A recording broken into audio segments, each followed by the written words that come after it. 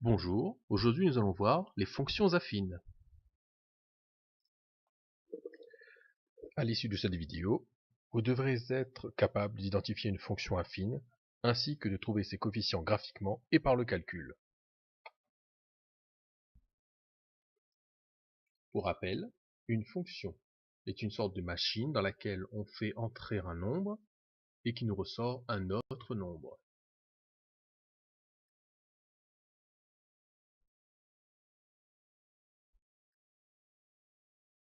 Je vais considérer trois machines différentes. Donc la première machine, c'est la machine paillette 0. On fait rentrer le nombre 1 et il en ressort le nombre 1. La machine suivante, la machine paillette 1, on fait entrer le nombre 1 et il en ressort le nombre 1260. La machine paillette 2, on fait entrer le nombre 7 et il en ressort le nombre moins 265. À chaque fois, il s'agit des machines qui sont différentes. C'est la raison pour laquelle un même nombre peut donner des nombres différents à la fin. Alors on va imaginer qu'on va rester sur une même machine. Alors je fais un petit dessin de machine. Donc on a le nombre 1 qu'on va faire entrer dans la machine et à la fin on constate qu'il nous fait sortir le nombre 5. Ce qu'il faut, c'est trouver un lien entre le nombre qui rentre et le nombre qui ressort pour voir comment fonctionne la machine. La deuxième ligne, nous faisons rentrer le nombre 2 dans la machine et il va nous ressortir le nombre 10. La troisième ligne nous fait sortir le nombre 15 alors qu'on a fait rentrer le nombre 3. Donc quel est le lien entre ce qu'on fait rentrer et ce qu'on fait sortir? Que fait la machine? Ici, 1 fois quoi est égal à 5. Donc c'est 1 fois 5. Pour la deuxième ligne, 2 fois quelque chose est égal à 10. C'est 2 fois 5. Pour la troisième ligne, 3 fois 5. On voit qu'à chaque fois, on multiplie le nombre que l'on fait rentrer dans la machine par 5. Pour la dernière ligne, on fait rentrer 5 et donc il va nous ressortir 5 fois 5, ce qui nous fait 25. On continue. Maintenant, on va imaginer qu'on fait rentrer le nombre 10. D'accord? La machine, on sait, elle va faire 10 fois 5. Et donc, ça va nous donner à la fin 50. Maintenant, si je fais rentrer un nombre quelconque, mettons x, là, dans la machine, elle va nous ressortir x fois 5. Donc c'est 5x.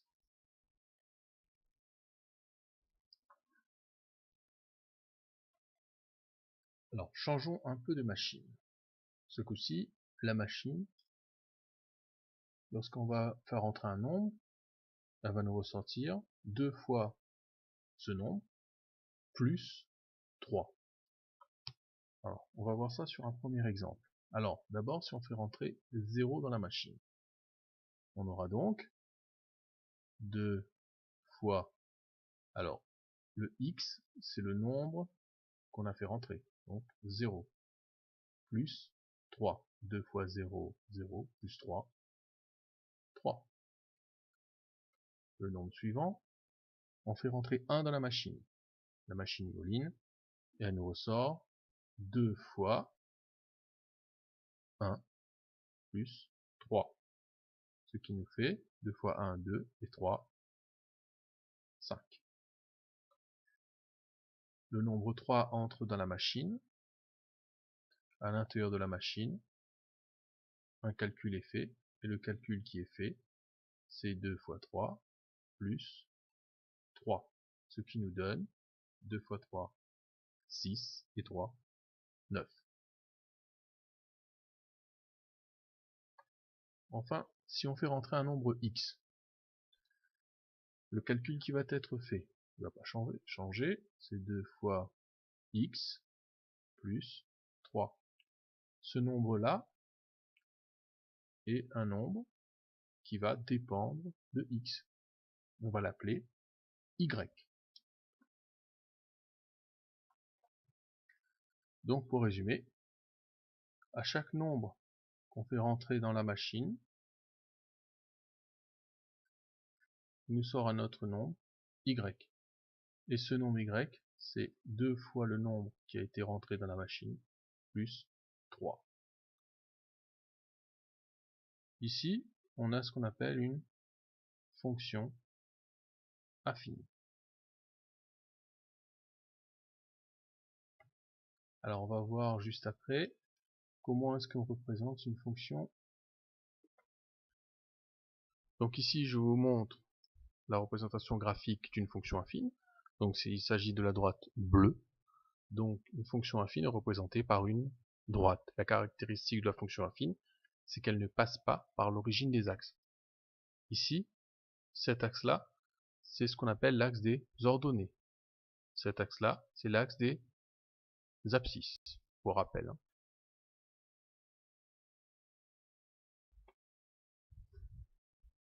Donc ici, la formule générale pour une fonction affine va être y est égal à a fois x plus b. Il y a deux coefficients qui sont importants. Le coefficient a, qui correspond à ce qu'on a appelé le coefficient directeur, ou la pente de la droite. Et enfin, l'ordonnée à l'origine, b. Alors on va voir comment est-ce qu'on retrouve les coefficients directeurs d'une fonction affine par la méthode graphique. Alors graphiquement, c'est pas compliqué.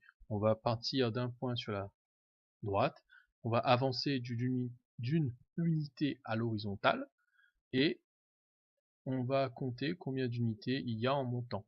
D'accord? Donc combien d'unités il faut pour aller de ce point à celui-là.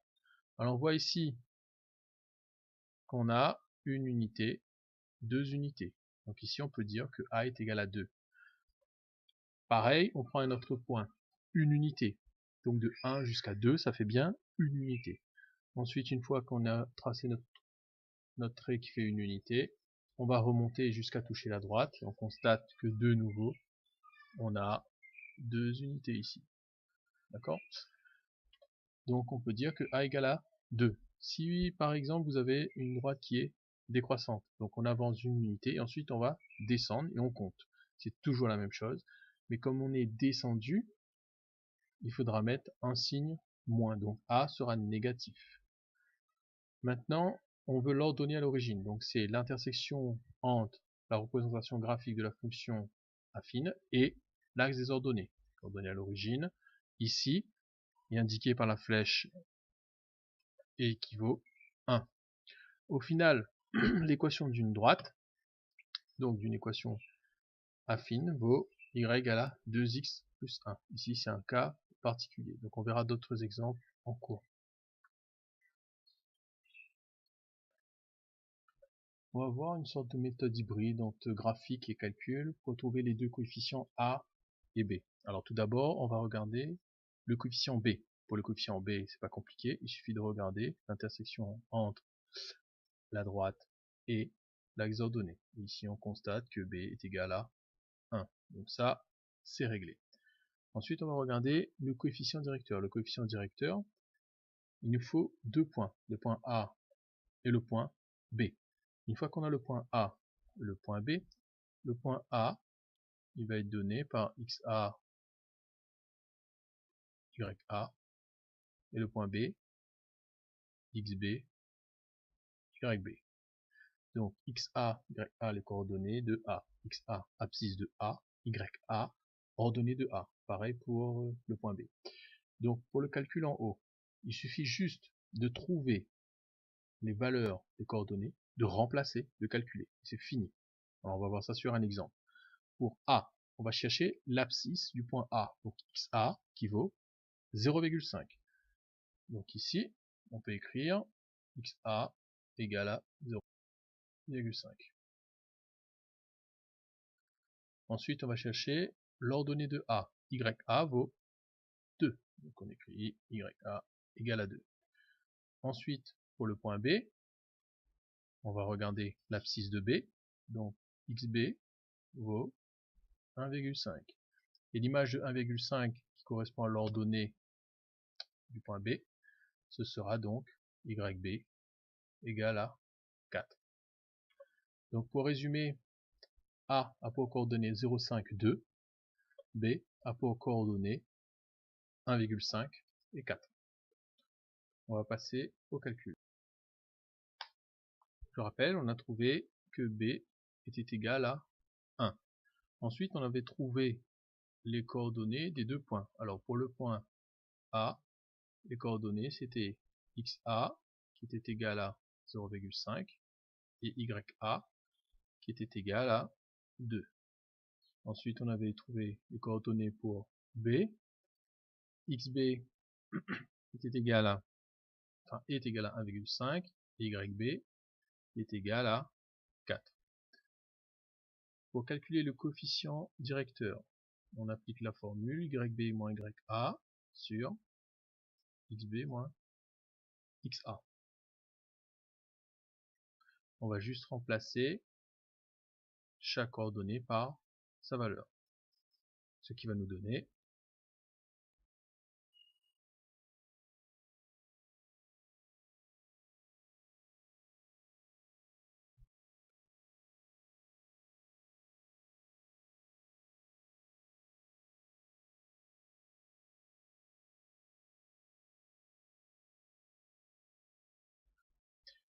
alors j'ai fait exprès d'écrire et de parler ensuite, vous savez pourquoi. Donc ici, on remplace, donc YB, on sait qu'il vaut 4, donc à la place d'YB, on va mettre 4, moins YA, à la place de YA, on va mettre 2, divisé par XB moins XA, donc XB vaut 1,5, et A il vaut 0,5. 4 moins 2, ça fait 2, et 1,5 moins 0,5, ça fait 1. 2 divisé par 1, c'est égal à 2. Donc le coefficient directeur de cette fonction affine est A égale à 2. Donc on a, si on résume, on a Y qui a pour formule générale AX plus B. Si A vaut 2 et B vaut 1, on peut écrire Y égale à 2 fois X plus B. Voilà. Et là, on a trouvé l'équation de notre droite. On va voir maintenant le cas où on calcule les deux coefficients A et B, coefficient directeur et ordonnée à l'origine, sans graphique, donc uniquement avec le calcul, par le calcul. Donc on va prendre deux points au hasard sur la droite qu'on vous donne, le point A et le point B. Donc ici, A a pour coordonnées 2, 5. Donc ici je rappelle, ça c'est pour XA et ici c'est YA. Pareil ici, ça c'est l'abscisse du point B et 10 correspond à l'ordonnée du point B. Quand on veut calculer l'ordonnée, quand on veut calculer le coefficient directeur, on utilise la formule